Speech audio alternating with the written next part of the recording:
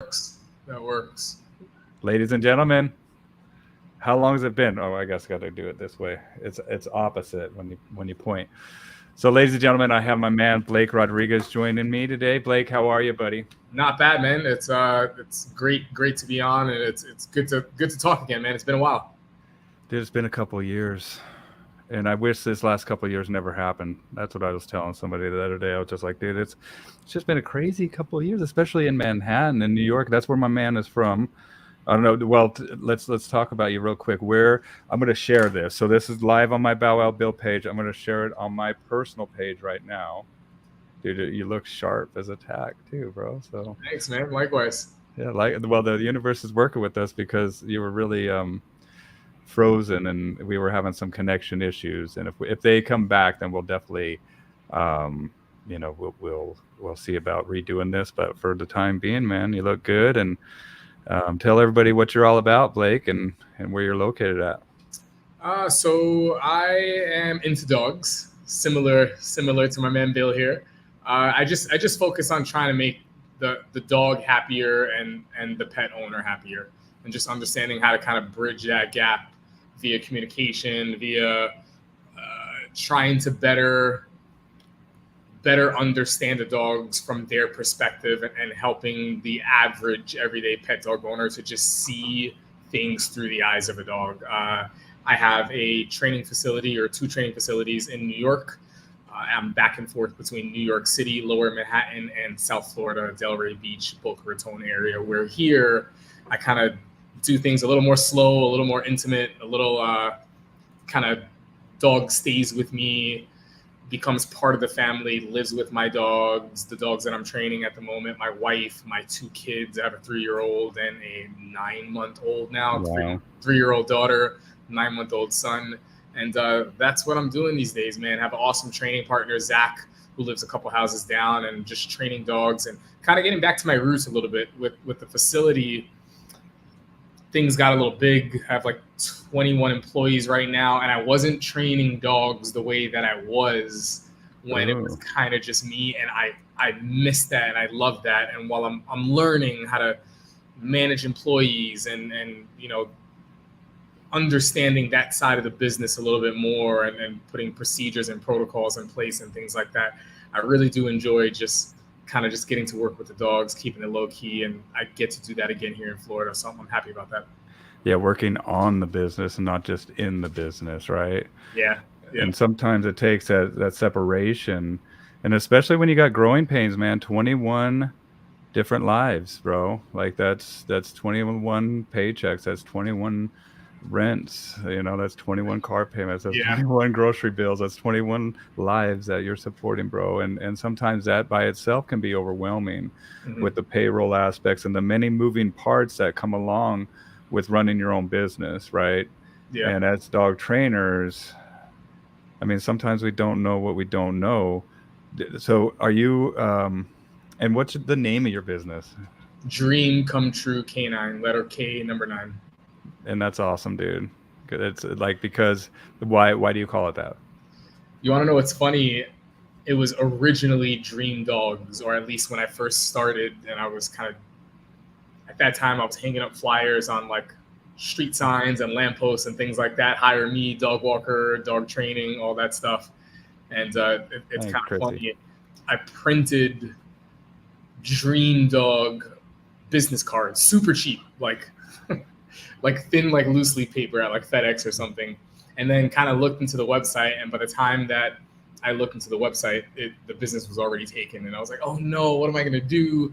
And I just came across Dream Come True Canine, and that's kind of ultimately what everyone's looking for, right? Like you get a dog, you envision the perfect life, a happy life. You're going to be able to do this. You're going to be able to do that. You want that dream come true canine, and then the behavior problems occur, and not understanding why they occur. I think that's what Mm, I've been focusing on with my clients more, is just really getting them to understand that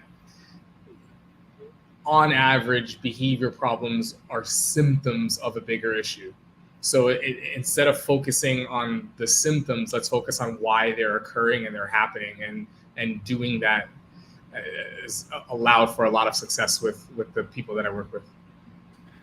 I tell people, we can't strike at the leaves, which are the symptoms. We have to get to the root Yeah. of the Love problem that we're experiencing here. And while you were talking, man, I gotta find that video of you standing there with your dogs and that lady behind you.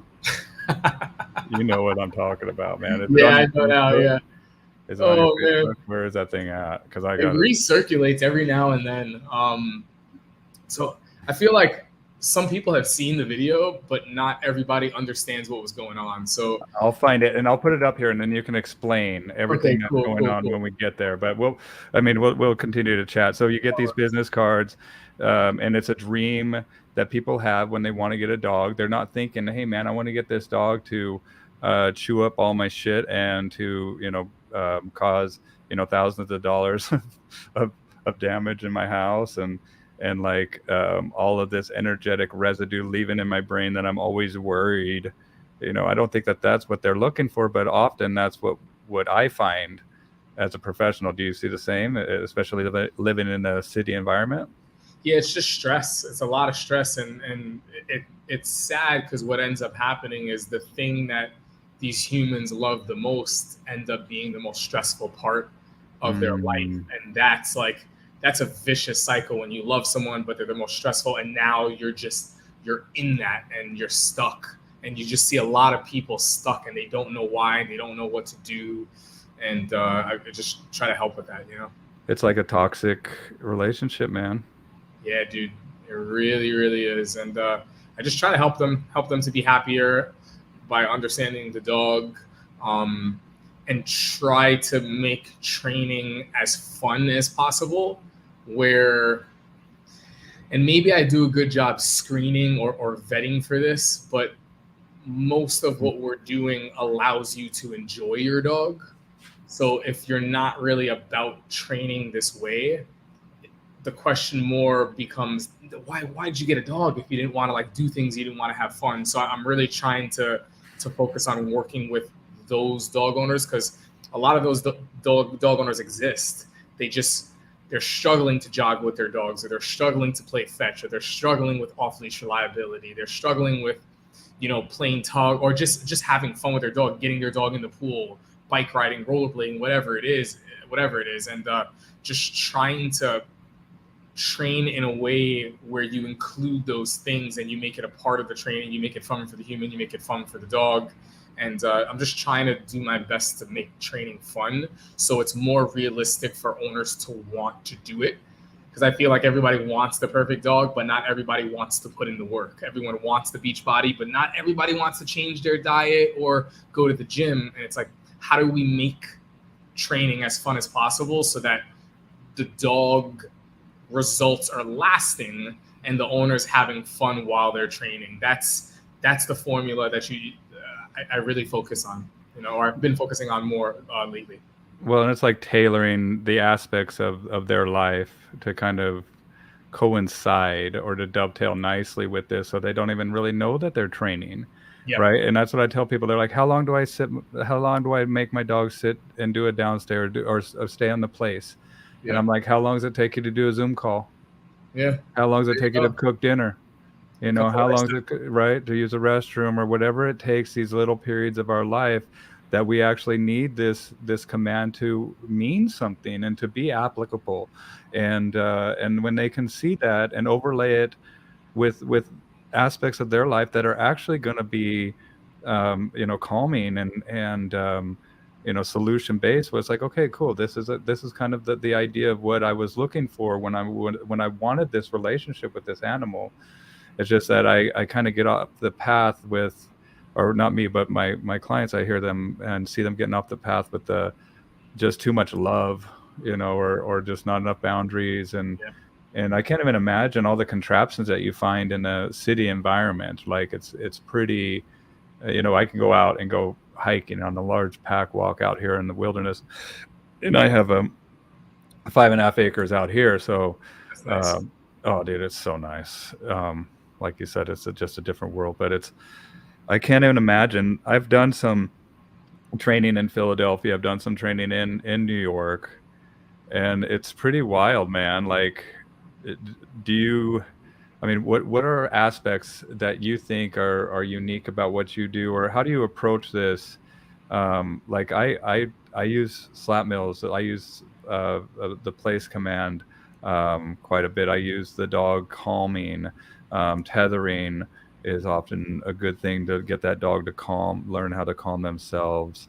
Um, and just duration, work on duration stuff and repetition. Um, what do you do in that environment to get a successful I mean, outcome? you try to take advantage, right? So a lot of things are just understanding that exposure is sort of inevitable if you're going to get your dog out. So how do you focus on exposing the dog to things in a way where you can consider how they become conditioned to it, right? So like emotional response. Thanks, Anne. I'm just looking at the comments. It's really cool that you can Yeah, see that now. Blake, you have a great way of explaining dog behavior to pet owners so they understand. And that's what Blake's all about, man, is Try. reaching those pet owners, right? And that's, I mean, Yeah. that's awesome. I try to think of it this way. So there are like three pillars of behavioral change, right? Like main things and things that you're going to focus on. And what tends to work the best is when you find a way to mix these things. So you have emotional change, where this is kind of interesting because you need to consider how the dog feels about something, because sometimes how the dog feels is why something is happening. In addition, sometimes how the dog feels contributes to involuntary response that they're not really in control of, right? So we need to be mindful of this and understand that just because a dog has learned how to do something doesn't mean that their habits due to that response aren't going to exist. So changing the way a dog feels about a situation could be something as simple as like, for example, right now I'm having a lot of fun with this dog that's pretty reactive, but he really is enjoying playing tug with me at the moment. And when we go outside, he's essentially willing to do stuff in order to get to play. Like, and I don't know how much he's aware of it, but he's super eager to just engage with me, to be with me. Today, what I did was I put a muzzle on him, and he wasn't fond of the muzzle, but we got to a destination. I pushed it a little bit more where I gave him a bath. Obviously, the muzzle kept me safe. And after that bath, we literally played his favorite game. We did the thing that he wanted to do, right? So whether the bath is there or not, this time around it was there. Next time around, the muzzle's going to go on. He's probably going to be hesitant. He puts his face in it. It comes out, and then I throw the ball. Or we start this game, and a dog starts going, oh my gosh, that should just like sit. Because when I sit, I know the game starts, or I know I get that food released, or I know I get outside or whatever it is. Oh my gosh, it's just like place. It's just like down. So we start to change the way the dog feels about that. That could be something as simple as a dog that is scared in New York City of sounds, but loves when he gets to, I don't know, the grass area. So I have to get him to Central Park, where this dog loves to smell. And I put him on a 50-foot long line. And we get to this destination, and he gets to smell. If us walking through the street to get there is the scary thing, but he puts up with it and it leads to something awesome, we have a much better shot of changing the way he feels about that walk. Yeah. Right. So like emotional change is one pillar. And then you have differential reinforcement. Differential reinforcement is essentially making something else more appealing. There's details that I have on this on like Consider the Dog, where I kind of break it down, but there's differential reinforcement of other, alternative, and incompatible. But basically, you're finding a way to make something else more appealing. And if you're good with that, you can start to associate or help a dog associate the walk or that dog or that person or the doorbell with doing this other thing that is more appealing. And now you're also using differential reinforcement to contribute to emotional change. So now we're using those things. The third pillar is going to be punishment. Like, we have to understand that you want to utilize punishment because it's going to get less of a behavior, and we can get less of a behavior by reinforcing an alternative one technically, but there are a lot of situations where we want to get less and we actually have to punish by way of removing something pleasant or adding something unpleasant, and there's a whole cycle for how we do that. But what I found is that punishment tends to work better once the dog knows how to be successful and what's already expected of them. Gotcha. That's what we were just talking with Brian Agnew as well. Like, and then you hold them accountable to certain things, and now it makes sense. I feel like sometimes we're kind of jumping into things a little bit too soon with punishment, and not that it can't work, but once the dog has a clear vision, knows how to be successful, knows how to win, knows what's expected, and then you start calling them out on their nonsense, it just, like, punishment is like the best thing in the world when that sounds horrible, but no, I get it. It comes time and you use it, it's clear for the dog, it's understood. And if you can find a way to put those three things together, man, like, I'm using New York City in that way where I'm trying to take advantage of exposure and be mindful of those pillars and what I'm going to do and how I'm going to mix and match with those things.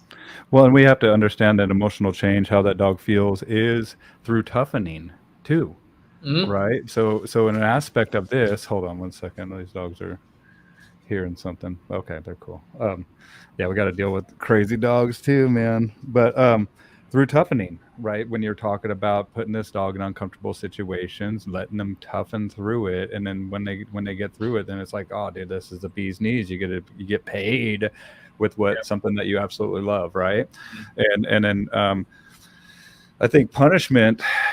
Dude, punishment doesn't always feel good, man. I don't think it feels good for me. I don't like punishing a dog. I don't like punishing, but I like being punished sometimes. Not like what you're thinking, you sicko. No, let's keep it PG. No, but if I get put in check and it's literally something like, dude, what are you doing?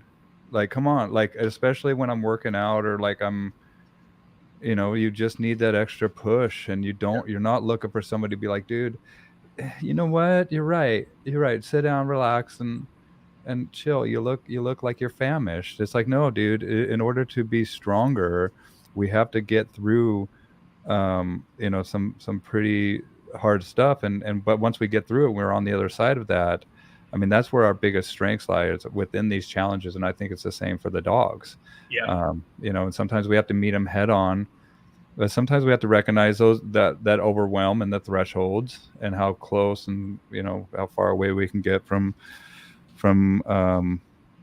whatever's distracting them. And then we have that differential reinforcement, other, alternative, and incompatible. So is that what explain those? Yeah, definitely.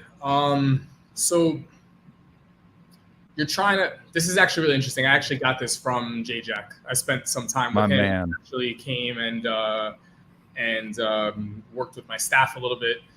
Prior to working with my staff, I think it was a week out there with him, and all we did was train dogs and jiu-jitsu just every single day. It was awesome. Really jiu-jitsu. Nice. Do they ever do like toughening exercises in jiu-jitsu at all? Everything's a toughening exercise. Dude, totally. It's like that. So I think in some aspects, even you like this toughening, like this punishment, right? It's important. There's growth and there's learning that kind of goes on there. And sometimes it's just a matter of changing superstition. Some of us believe that the way that we go about handling something is the reason why the world is fine and okay, and sometimes not handling it that way allows you to realize that, oh my gosh, that wasn't keeping me safe this whole time. I thought it was. So there's just so much to consider when we're looking at why a dog is acting a certain way. As far as differential reinforcement goes, this is actually a pretty cool concept. So the idea is basically you're making something else more appealing, and making yourself more appealing when something else is either tempting. So we're dealing with temptations and distractions. So temptations are things that maybe the squirrel is tempting. The food on the person's plate, the table next to us, is tempting. Running over to mom or dad or that person blowing kissy sounds at me is really tempting right now. Those are temptations. And then we have distractions. Distractions are the things that distract you, that car backfires and it distracts you, or the gate closes or something like that, or you hear thunder, you have those distractions. So it can be tough to make us or anything else more appealing in those moments, but there is a way to make it a little bit easier when you understand alternative, incompatible, and other. So essentially what incompatible is obedience. And there's a time and place for it, but a lot of times if a dog is being reactive when he or she sees another dog, asking for a sit or asking for a down could be so difficult for a dog to do it because it's so far removed from what they want to do in that moment. It could even be wanting to chase a squirrel. I want this so bad. It could be a dog that wants... It could be the antithesis of what they're seeking, right? Yeah, it could be a dog that wants to bite another dog. He wants to bite. And we're asking the dog to do a sit or a down or something or a heel. And not to say that you can't get to that stage, but for really, really difficult dogs, sometimes you can get it and sometimes you get it, but the dog is still focused on this. So it almost doesn't really matter. Instead, what we probably should be doing is looking at differential reinforcement of alternative. What alternative is, it is a close second, something that replicates what the dog actually wants to do. So if I'm a dog and I want to chase that squirrel, maybe you're like, yo, Blake, don't chase that, dude. Chase this. If I'm going to get into a fight with somebody, we're leaving one bar, we're going to another one, and you're like, Blake, again, Blake, you don't want to get arrested, man. Like, don't hit him. Come over here. I actually have this room where you could hit, you could break all these things, and it's like, do this. And the problem with it is at this stage, and I fell victim of believing this too for a while. People don't respect it because it seems like you're reinforcing what the dog wants to do, which is what you want to get rid of in the first place. But and that could be biting, like don't bite that dog, bite this tug toy instead. But in actuality, what you're doing at that stage is you're getting a dog to choose engaging with you when otherwise they would have flipped you off and been like, yeah, not now. So you're getting something that you would not have gotten. It's not ideal, but it's an easier bridge for the dog to cross because it's so close to what the dog wanted to do anyway. So it gives us a better shot of the dog buying into engaging with us. So that's nice because what you can do, let's say it's chase, tug, like ideally a dog is doing that or biting, whatever it is. You can then start to work on obedience within that. Something as simple as like telling your dog to drop or out or whatever becomes the obedience command that leads to the yes of the game starting again or the food getting, you can just... That dopamine. And all of a sudden, so a dog's like, oh my gosh. And now you're sneaking in obedience, which is differential reinforcement of incompatible. So now a dog is doing it with more engagement with you. And what you can probably start to get down the road is when a dog sees a dog, he's expecting to play with you because it always happens, or he's expecting for food or that game. There's an association. We start to play the game. The dog is like, awesome. Eventually what can happen is when the dog is expecting that, we can then, instead of turning play on or treat chase or like whatever it is the dog loves, instead of doing that, we can ask for a sit and a down. The dog's going to be like, yes, please. And now or a heel or eye contact, whatever, as we're walking away, creating space. And for doing that, boom, we start to have fun with the dog. So now we're starting to get to the point where people go, oh, wow, that's beautiful because the dog is healing with eye contact, when in the beginning asking for that would have been too much for the dog. So we start with the thing that people don't respect. I want to bite this. I'm just biting this thing. This is crazy. And people are like, oh, man, you're just reinforcing what the dog wants to do, man. But in actuality, you're not. And then what differential reinforcement of other is well, hold on 1 second. I want to say basically what Chrissy says is what you're saying is redirecting their mindset to the handler to be better than the other option is what you're baby stepping to this dog. And sometimes the next day they're going to forget it. And honestly, they forgot it, man. And so we need to work through it. And that's it. It's not like an overnight process. It's not we belong to a push button society, and people think a lot of times that this is just like instant. And I got to remind them, look, dude, this is going to take time, and it's an incremental type of growth. So continue with other, if you. Other is just basically us rewarding anything other than the wrong choice. And this is actually kind of cool. I've been dabbling with this a little bit more because I used to be a bit too strict, expecting perfection after, let's say, like a correction. So the idea is like, don't load up after that dog, and the dog used to and go crazy, and I added something that has the dog now and it's better than what it was, but I would still catch that. And I think sometimes when you're too strict, even though the dog is technically progressing, they're dabbling. It's hard for them because there's an emotional response to it that's involuntary, but they're trying to choose another road. And for trying to choose another road, but it's hard, we correct that too. So now a dog goes, oh my gosh, I can't do that either. So the whole situation sucks, which contributes to it feeling really crappy emotion, right? And the dog can't find success, which leads to more stress. So now when I see a dog, this whole thing sucks. I'm going to redirect to my owner. I'm going to go crazy because there's no way to win. I haven't found an option that is actually better. So with the initial correction, if you're getting some level of hesitation, if you're getting some level of like, that's actually less than what you typically do, actually nurturing that. Good job. Hey, good job, bud. I see that's better. I know that's hard, bud. And like moving so a dog can go, oh my gosh, and continue gravitating toward that better choice, which feels better, and just acknowledging that more. So anything other than the flat out wrong thing, let's say flat out lunging, I'm going to reinforce. And eventually that starts to turn into smelling, moving, creating space this way, going over here, whatever you're doing, as long as it's not flat out lunging, I'm going to nurture that. And that's essentially what other is. Well, and I think that just like you were saying, is like we get too strict, and especially new dog trainers, man. And I like talking to new trainers. Do you have any words of advice for new trainers when they come and they start to emotionally react with the dog, and wanting to be too strict with them? And the other thing that I think of is like that rapport is power, right? And just like think of a coach, and just like think of what we were talking about earlier about correction. And we're waiting for that correction until that dog knows and trusts us. And so then we can be like, hey, dude, I love you. Boom.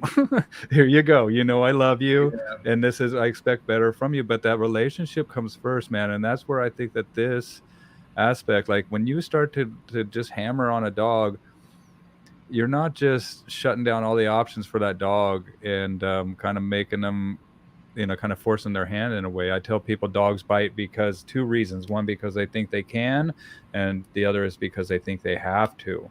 Mm-hmm. And I think that you're starting to put them into that corridor, the latter corridor of they think they have to bite here because everything else they've been trying to diffuse or communicate a situation has been met with deaf ears. And that's where I'm always celebrating my shadows and my students whenever they open up that space and to observe that dog and to not to hammer them right away. Mm-hmm. And so what do you have to say about that? Well, it's kind of interesting. IACP just put up a really, really cool quote. I see you're wearing the shirt too. Mm-hmm. A really, really awesome, I guess it was a quote, and it was basically, I could put it up here. So you know what I'm talking about? Dog training is very similar to trying to jump on someone's back for a piggyback ride. No, I did not see that one. It's check it out. I think I saw it on Instagram. Might have been on Facebook. I'm not on Facebook too much. But basically saying that. Is it the Lima one? I think it's jumping on someone's back for a piggyback ride. Let me see if I can pull it up really quickly. When training tools designed for humane application, we believe that all. I don't know. Let's see. You find it and see what you can find because I got it. It's on Instagram. So training a dog without building a relationship first is like surprising a stranger with a piggyback ride. It may work out, but it may also but it also may end with you getting hurt. And it's such a good point. It's like sometimes you get lucky, but if you don't know who the person is and you just randomly like jump on their back, like you don't really know their intentions. You don't know what to expect. So a lot of building the relationship in the beginning, the advice that I would have is just don't rush into things right away. Take your time. Because if you take your time and you help a dog to understand who you are and your intentions, and you keep things simple, and it's easy for a dog to be around you, it's easy for them to win. When you start to add certain rules, it's easier for a dog to just go, yeah, man, I know who you are, and like you're proven. I see how you handle things. I see how you move. So trust don't you. rush it. Enjoy the journey a little bit more, and focus less on rushing. It doesn't. It's not good to rush. I tell my clients and I tell my students 6 words: less is more, and slow is fast. Right? That's about it, man. And just kind of observe. And I know that new trainers have expectations that are laid upon them, and a lot of times there's some money behind that as well. But get yourself some good mentors, and get yourself a way that you can observe this relationship in a way that the trust and the rapport start to unfold. Just like what Blake was saying, like, and I would add something to what the IACP said about jumping on somebody else's back. Like, it could work out fine, but you could get hurt, and guess what? So can that person. Yeah. Right? If they have back issues or they're walking or whatever, you don't know anything that's going on with that person. So building that relationship is very important, and every relationship is, the foundation is trust. First and foremost. Yeah, I think that's the most important thing. I mean, if you look at my board and train programs, the average program that we offer is 6 weeks. Okay. And it seems crazy. I mean, and honestly, I still don't think it's a lot of time, but by the average standard of dog training, it's like 6 weeks. Well, this person offers a 1 week, or this person offers a 2 week. And I'm not saying that you can't make progress with that, but like understanding expectations for what it is that we're looking for within that time before the dog goes back, expectations of what that time frame is going to accomplish in addition to what is expected after that program. I think those are the things that are important. And sometimes that's not laid out for people. I want people to understand that one training session is going to be productive for sure, but not by way of like completely fixing your issue, unless it's like something as simple as like your dog is maybe stalling on the walk, or like pulling a little. It's like, we can, some of those things, that's a little bit we easier. Can fine tune. Yeah, you can usually, but a lot of times, like, one gym session is not going to get you the beach body, but you can learn a lot in one gym session, and that's sometimes just from explanation. You know what I mean? Like, one martial arts session is not gonna, you're not gonna come out and now all of a sudden win a fight. So these things take time, and dog training really isn't any different. Well, and it's also just, putting the aspects that you learn in the training and apply them to your own life as well. And I mean, you see how you learn. I mean, and I don't know, it's easy when you can see also, I don't know, how the dogs kind of put it together. You could see the aha moments. When did you start training? How long ago?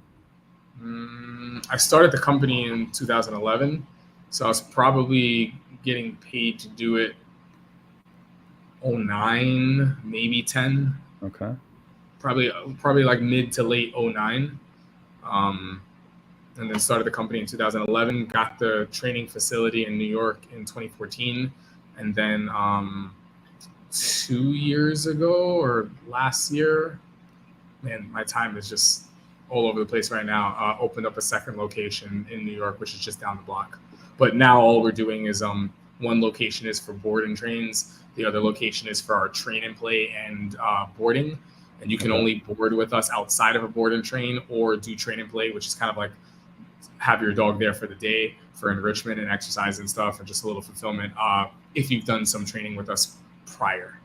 Yeah, so it's a prerequisite. Yeah, Same with me, dude. I have to know the dogs that are here. I have to know them, and I have to know that the owners are on the same page too, and that we're all kind of, You know, I don't have dogs that are bolting away, that are scared out of their mind. I can't even talk. You know, and but it's also I wanted to say that my ideal time to do a board and train is 12 weeks. That's awesome. 3 months, dude. I love that. And that's what I tell people. Would you have a sabbatical, especially for my busy professionals? I'm like, what, you got a sabbatical in a year or something or whatever? You know, talk to me. Let's because if I can have this dog for 3 months, oof. You know, and taking it home and how do your go homes go? Do you ever have let me ask you this. Have you ever had a go home where the dog just is like, I didn't learn shit? Like where they just like flip you off with their middle paw? And... No, they're all really good. The thing that's tough is when the association of the owner is so strong. So you have to kind of explain what's actually going on so that you can say, hey, listen, you know, one, with all the videos, you see what it is that we're doing. You see us doing X, Y, and Z, but we started with A, B, and C. Right. So your dog was doing all of this stuff with us as well. What you represent and, you know, what the dog expects behavior-wise around you is clearly very much this. I don't expect you to be doing these things just yet, but and it's hard to say this, but like if the relationship was this toxic in this regard, that everything is out the window with you, then, and I'm not talking about like initial excitement. Oh my gosh, I haven't seen you. Like that's normal. Like that's fine.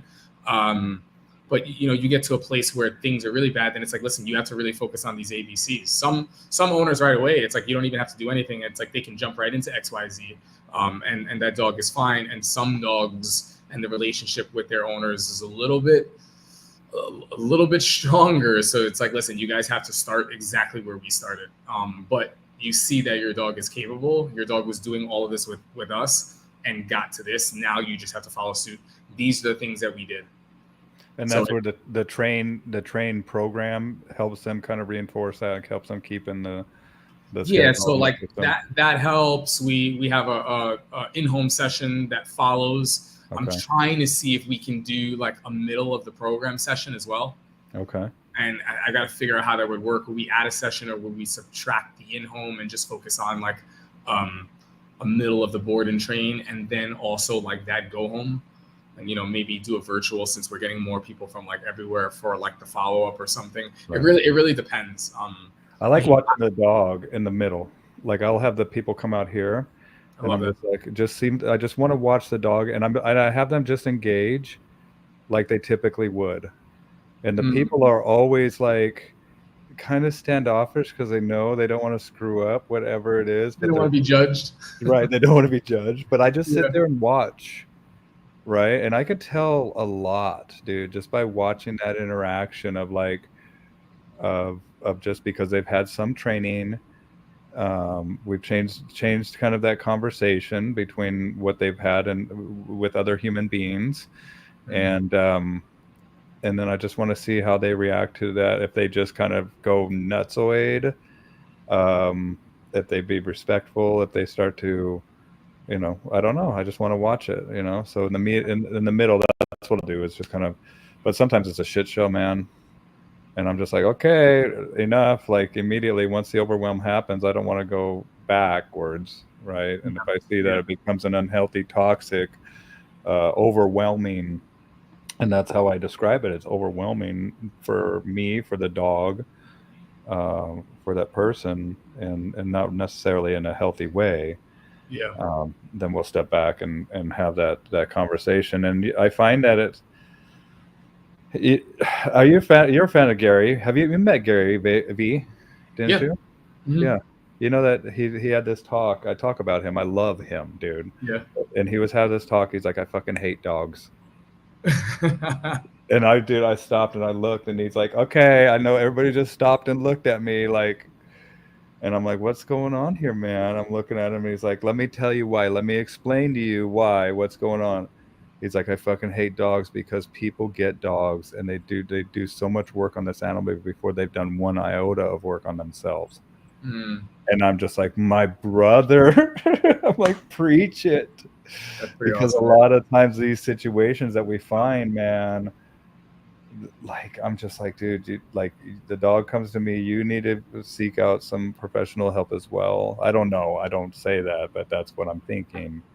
But a lot of times that dynamic are the worst, the most challenging ones to kind of make that connection, or make I don't know, make them understand the importance of the dog, and being calm and not being an emotional dumping ground per se. Yeah. But that's what made me think about it. Do you find that's the case of like just kind of more emotional? Do you find that you work with more women than men? Yeah, but I have a opinion as to why. Why? I know I'd work with like 80%, eight women to because I think women are much more willing to seek out help and much more willing to like be open to like taking direction, whereas and I hate throwing men under the bus in this situation, but like when we're lost and the wife is like, honey, we're lost, ask this person for direction. Honey, I'm not lost, I got it where I am. got it. Like we've got it, we're fine. Yeah, it's super fascinating because I'll be in situations where husband and wife, and I'm working with their dog, and the guy's like, oh well, the dog's fine with me, it's just my wife that struggles. So I'm under the impression that like this guy's got it, like the dog is fine with this guy, and just believing it and working on the girl, working on the woman, or the woman, sorry, and like working on her, and like she's getting better, and it's like she's pretty good. Like if she's got it, then this guy's got it. We're in a good spot. And then I see the guy handle the dog, and I'm like, oh my gosh, you're the problem. Like why didn't you tell me that you were the problem? And like I can't say that, but I'm just like, man, I took this guy's word for it. And he was literally lost, but he didn't want to ask for directions. You know what I mean? Like he literally didn't have a good relationship. The dog wasn't listening. Well, no, it depends. It depends on the person. You know what I mean? But like, there's always these things where it's like the guy's just a horrible handler, or he's just way too strict, and like, you know what I mean? And or I'm like, dude, the dog gets it. I was like, dude, the dog got it like 5 seconds ago, man. Like, or the guy's like the more people get offended by this, like has the more feminine energy, or is the softer like energy, and as a result is also not holding the dog to any standard. So it's just like, oh my gosh, like this poor like woman's been doing all of these things, and you're overruling, or what's it called, like essentially undermining the other person's like authority by like allowing all of these things. And it's just like, oh my gosh. So there's just so many variables and so many dynamics that you just have to consider. And sometimes relationships throw you for a loop. You think one thing and you find out, the one in the relationship is the opposite, or it's this, and you never know. Well, and we're mini counselors, I tell people. Let me get to some of these comments. We got them backing up here. Yep. So I originally chose long programs because I'm a new trainer and I needed one or more time for myself to unravel everything. I charge the same for someone to charge 3 week around here. Okay. I mean, as long as the longer people they'll leave their dog with me, the better, man. Let's see here. I don't offer board and trains so for me, I actually become a life coach while doing a shadow student program with my trainer for several years. I can better coach my clients on how to build their relationship with their dogs because I don't live with them. That's cool. Yeah. Well, do you have business coaches? Me? Yeah. I do not. I learn a lot from my wife though. What is she? Is she in the business realm? She was in marketing for a while. Okay. And, just learned a lot. She was also a fitness trainer and got to see the ins and outs of how like that business was run. So I think us as a combination, as a duo. I think there's a lot of similarities too, especially with a facility, a born and trained facility, right? Yeah. There's always a softer one in a partnership. Creating that balance is critical, and being on the same page with I think she's talking about the dynamic with our clients, right? And coming up and seeing, and you can also tell, man, like I just talk to the people and see, oh, okay, cool, this guy's checked out. I'm like, where's your husband, dude? Or where's your son? Or where? I'm like, or somebody will just come into the room. I'm like, have you been here this whole time? Like, and they're just in the other room. And I'm like, are you part of the the family here? And they're like, yeah, I'm like, well, you don't want to, what's up with the dog? Like, it's interesting to me when people are kind of checked out or whatever. And I don't know. I don't call them. I just find out. I'm like, who are you? What's going on? Like, you've been here this whole time. Like, have you heard me in here talking? Like, but then, yeah, every dynamic is different. You know what I'm saying? And the thing is too is that Chad Mackin said something that I really love that stuck with me. He says that I don't tell people the dog that they need; they tell me the dog that they want, and I help them get there as quickly as possible. What do you think about that? Say it again. I don't tell people the dog that they need as a professional. They tell me the dog that they want, and I help them get there as quickly as possible. I mean, as long as it's fair and within reason and considers the dog. Absolutely, that's which knowing Chad, I would imagine that. Yeah, absolutely. Of course, that's a given. But yeah, no. Then outside of that, that's what you're trying to do, and you're trying to show them the avenue to get there. Most people want reasonable things, so it's like this is what you do to get to that destination, and then it's just a matter of understanding where you draw the line with people that want results but don't want to put in the work. So you just gotta be smart about that. And sometimes people are okay with a certain standard, and you have to be okay with that too. As a dog trainer, you can't get so caught up with trying to make this dog this and this and understanding what it takes to get there when the owner just is really happy with these things, you know. So you have to sometimes check your fancy a little bit too. You know, you always want to get a dog to be the best of the best of the best, but you just have to be realistic. All right, Blake, as a female trainer, many decades, I've experienced the same thing when it comes to working with couples. And my dog just came onto my lap here. This is Pecan. But when it comes to working with couples, the husband often feels that he has a good beat on things, and so sit back.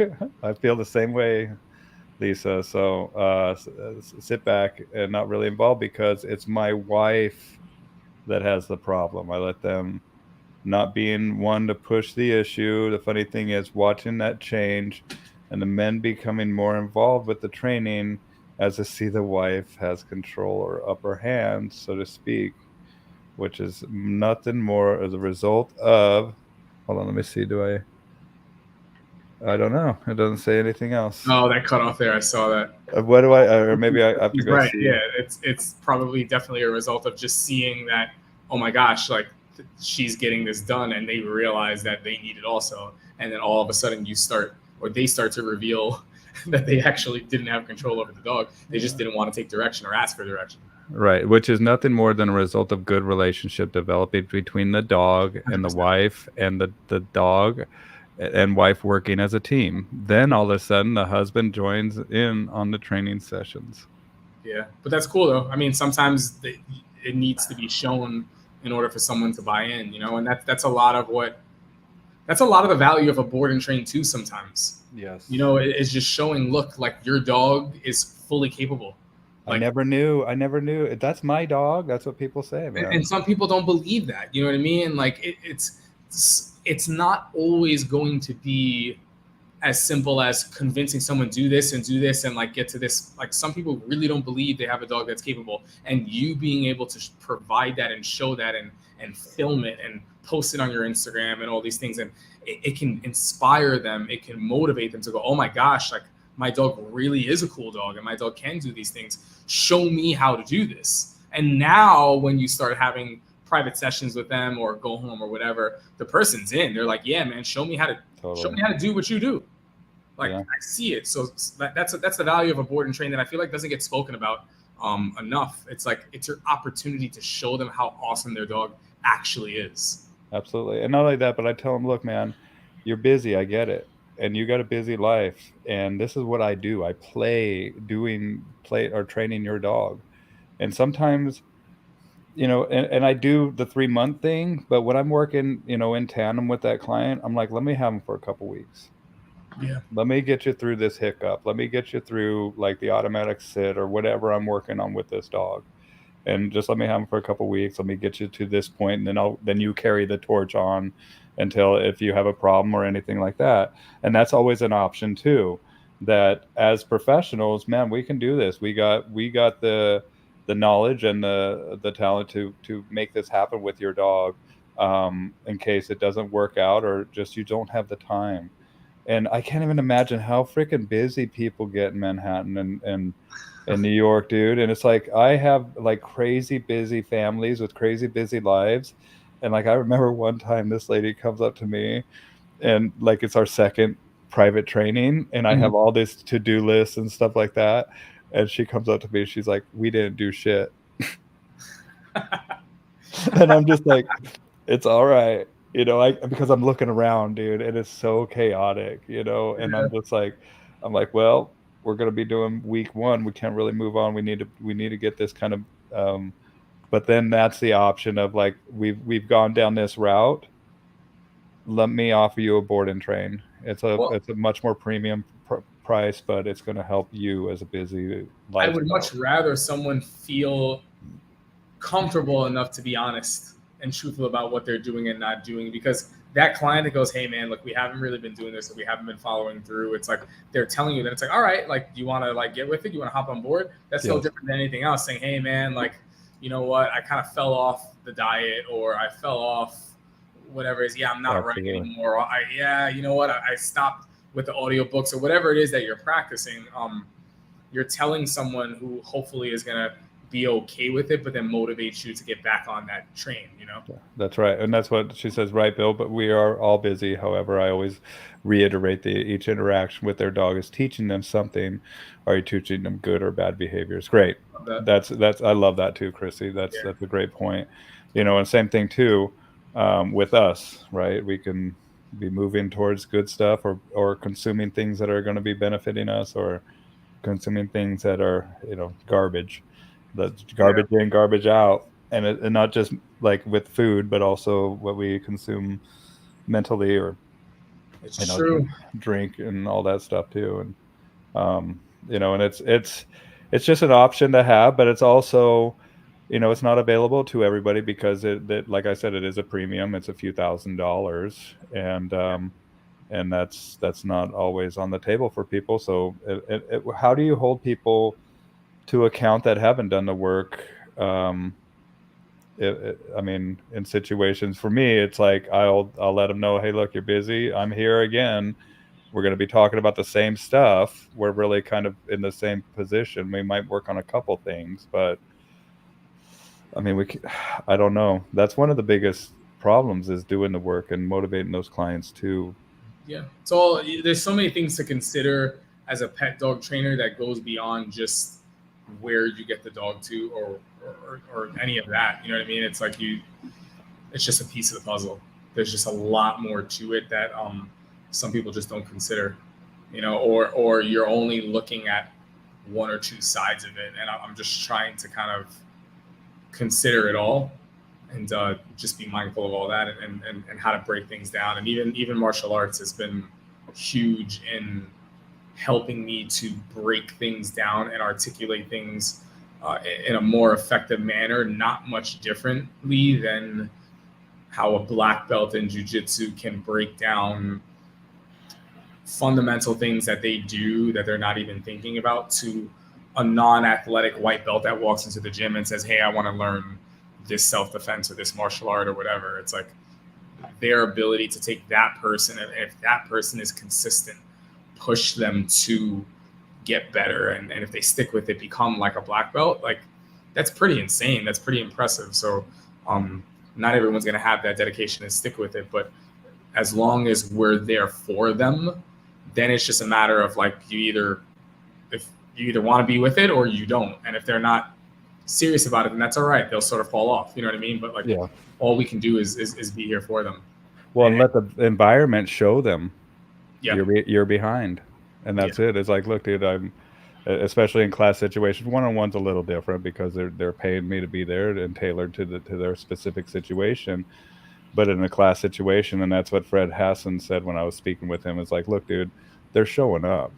They don't have to, but they're there and they're going to look around and see, oh, look, I am behind, and let the mm, fact that they're there, the fact that they know they're behind, and to motivate themselves, and we can only do so much as a teacher. But as a teacher, we instill, the proper teachings and become, I believe, progressively unnecessary. A good teacher does, right? And so the people kind of have to have a drive within themselves to do that work.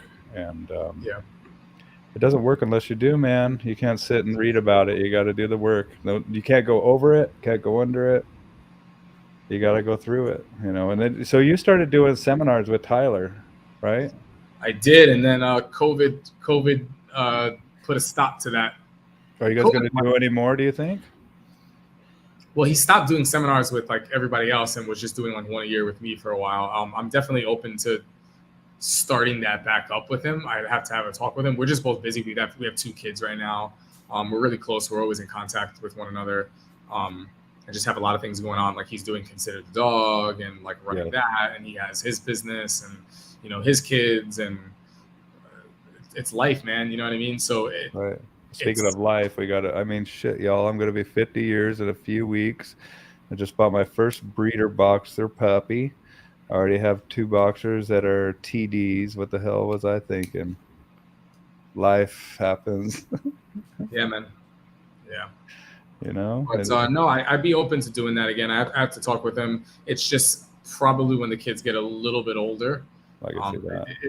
There's just such magic years right now, like 1 through like 5. Yeah. You just want to be a part of as much of that as possible, So like traveling is exhausting. I already travel enough. It's one thing to travel when you don't have kids and it's easy peasy, or if you're like single or whatever, and it's even tasking if you have like a girlfriend, boyfriend, or a husband or wife. But then you have kids on top of it, and you just want to be around. You want to help your partner that much more. Or you don't want to miss things. So the priorities change. As much as I really do enjoy teaching seminars, like I just got back to it. I taught one in Boston. Your kids are adorable. 3 weeks ago. Oh, thank you. And it was awesome. It was just awesome getting back to it. But at the same time, at the end of the day, I'm back at the hotel and I'm just like missing my family. You know what I mean? Yeah. Well, dude, and you got to be thankful for easy decisions in life, bro. And when it comes to family and anything else, that's an easy decision, man. Yeah, man. I like that. I love that. That's what I tell people. It's an easy decision. And I tell people with dogs, between dogs and kids, whenever you got an easy decision, man, the kids 100% of the time, man, we got a dog, right? And I know you love the dog. I know, the family loves them, whatever, but if this kid does not feel safe or, and if we can't work with it, then it's absolutely the dog. And that's what I'm talking about. What's up, boys? What's up, Matt? What's up, brother? Cool, man. And then, so yeah, dude, you're just kind of doing your thing, laying low in Florida, and then going back up to New York, and then just kind of doing the Consider the Dog. How many? You have some modules on there? Hold on, I got an 18-year-old dog here that needs to go lay down. Yeah, I've got some content on there. Definitely have to get back on the ball with filming more content for that. But trying to continue my growth process and learning a little bit more in addition to that, like working with my team and getting them capable. And you have overturn with people coming and going. Oh, that's the hardest thing, dude. That was the bane of my existence, was my staff, bro. Yeah. So 21. So you're getting to like that number of, you're going to have, do you have managers as well? And do you have? We have all that stuff in place. We're contemplating looking into getting someone who's more like a GM figure. Totally. In addition to that, who's also not training, who is just there. There's so much that goes into it. Like we have a receptionist, we have crate managers, we have that, and then you're worrying about scheduling and staffing. It's a little bit harder to like find people, and then when you find people, some people want to grow and they're green, which is no problem, but you have to be mindful of the dogs that are coming into the program now. Then you have people who are maybe a little more skillful, but don't want to be a part of the company long term. So it's tough to build that person up because they want to end up leaving and do their own thing. So there's a lot to kind of consider. And with what is just natural is like overturn of staff and teams. So like client retention is one thing, employee retention is another thing, and looking into how you do that wisely, and not just skill, but also like morale of an individual and what contributes to team morale. There's so many moving pieces. There's just a lot that goes into it. So, I'm trying to get better and better with that, and learn and just learn from mistakes and improve.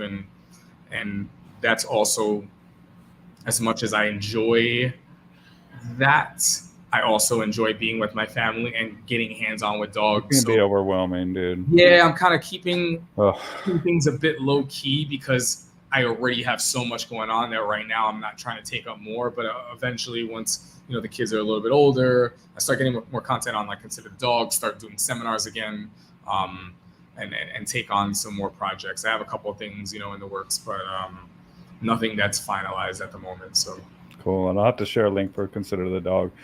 Hell yeah, Bill, the class situation could be a godsend. My focus isn't group classes, but I love the ones I hold, and it holds people accountable to a level that a private board and train can't. They feel pressure to not look the fool in front of others, no matter what the teacher is saying. And not only that, but there's a camaraderie with the people in the class when they're like, hey, I was going through that too. Just keep it up, and let them be part of that, and that's why even my classes, I like to do 10-week classes. So that's awesome. That's my goal. Is like I would like to do a 12-week board and train and 10-week class.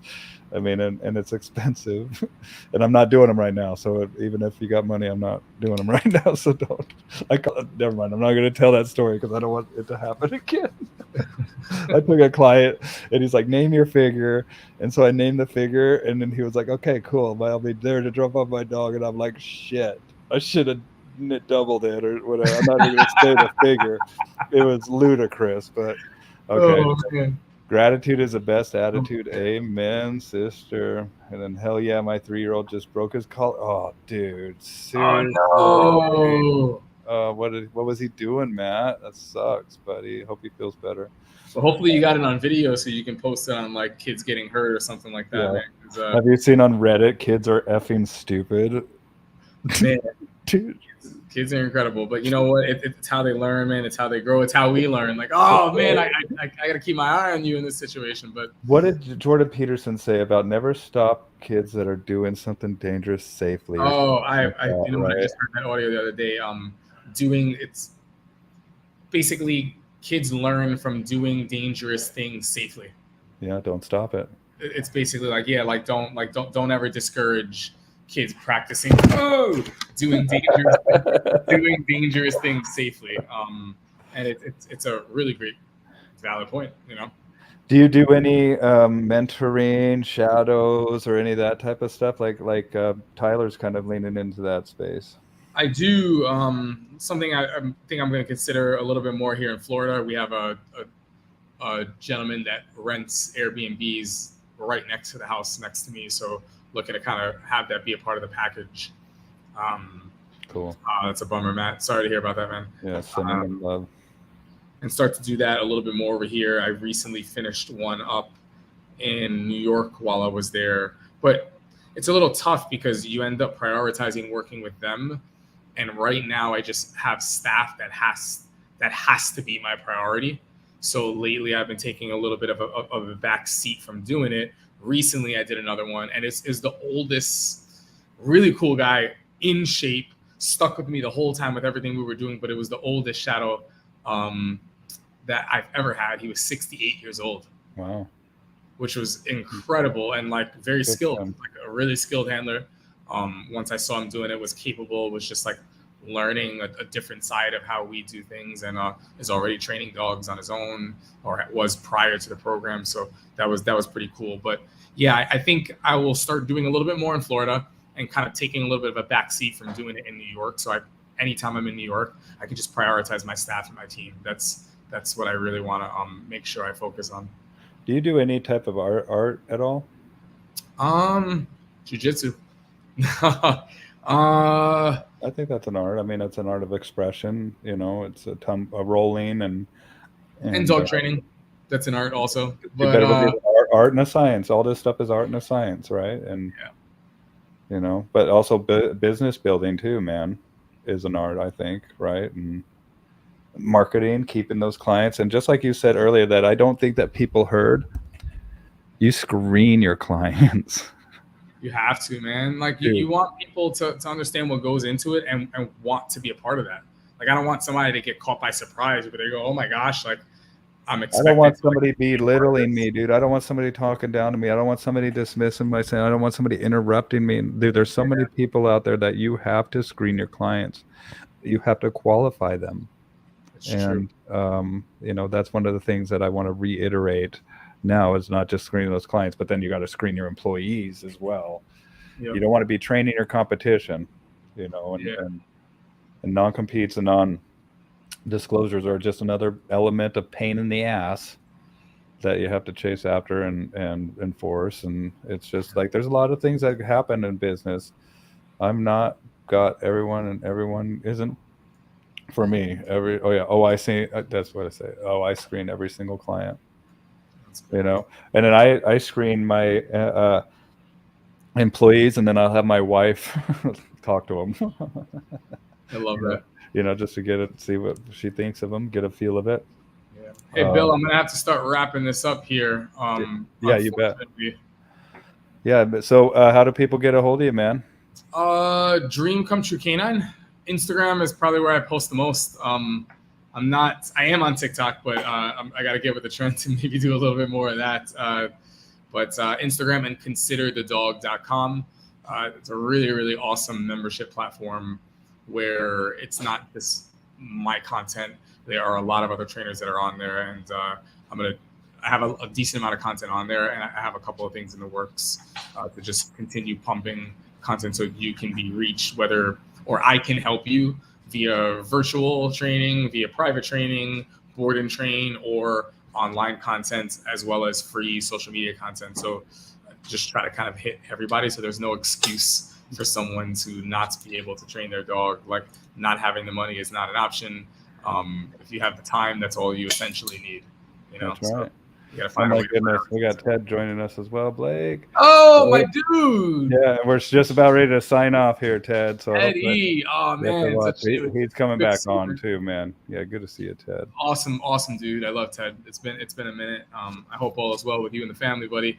Yeah, sure. Well, and I have a goal of expanding this. Once I get a budget, I've got a Patreon that'll be posting up. And if you guys want to join my Patreon, watch the rerun, dude.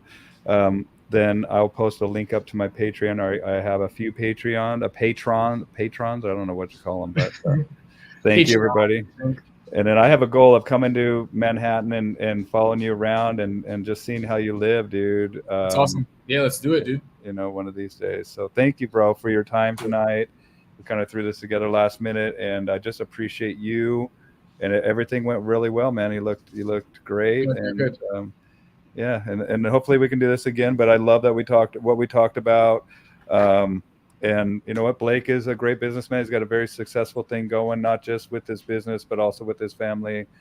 Somebody to look up to and to learn from. And I just appreciate you as a person, and I appreciate your friendship too, brother. I appreciate that, brother, and appreciate you very much. Thank you so much for having me. We got to do this again sometime. We will. I'm going to say goodbye to you in the studio, and but let's say goodbye to everybody. Bye, everybody. Yeah, guys, thanks for watching.